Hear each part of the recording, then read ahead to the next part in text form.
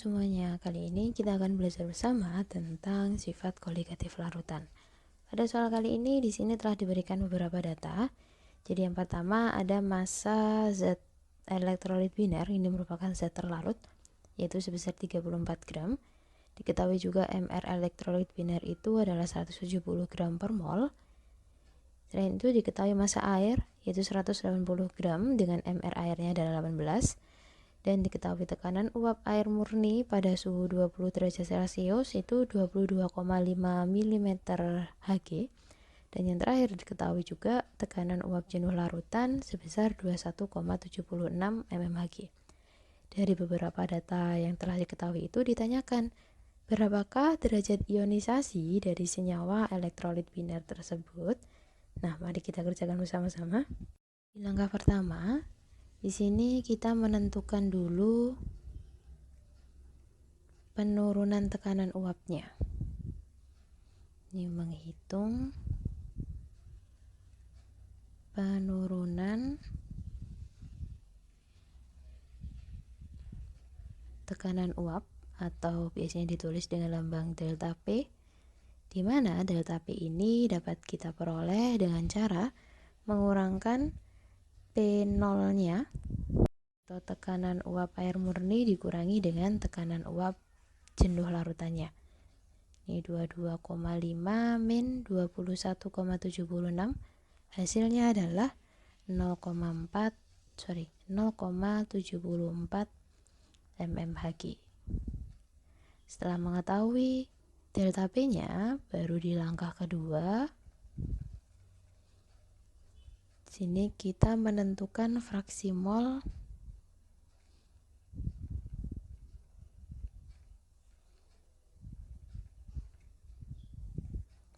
terlarutnya atau XT. Sebelum itu kita cari mol dari masing-masing zatnya dulu ya. Jadi yang pertama sini kita cari molnya zat terlarut atau NT, yaitu massa zat terlarutnya MT-nya dibagi sama MR, ini 34 per 170, hasilnya adalah 0,2 mol. Yang kedua, ini molnya air atau mol pelarut, yaitu MP per MR 180 per 18, hasilnya adalah 10 mol. Baru setelah diketahui molnya seperti ini, kita cari fraksi molnya. Jadi di sini bisa ditulis sehingga XT-nya nanti itu sama dengan mol terlarut dibagi mol terlarut tambah mol pelarut, ini 0,2 per 0,2 tambah 10, hasilnya adalah 0,196. Setelah diketahui fraksi mol zat terlarutnya, baru di langkah ketiga di sini kita mencari faktor Van Hoff-nya.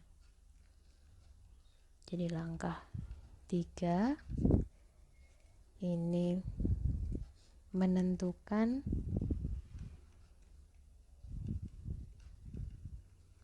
nilai faktor Van Hoff atau I biasanya dari rumusnya delta P. Jadi delta P itu sama dengan XT dikalikan dengan P0 dikalikan dengan I. Ini adalah faktor Van Hoff karena dia merupakan larutan elektrolit. Delta P-nya 0,74, XT-nya tadi 0,196, P0-nya 22,5 kali I, seperti ini. Maka akan ketemu I-nya sama dengan 1,68. Setelah I-nya ketemu, di langkah keempat,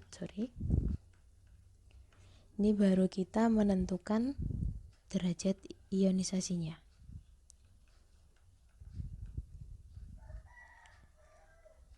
Derajat ionisasi atau biasanya juga disebut alfa. Ini dicari dari faktor Van Hoff-nya.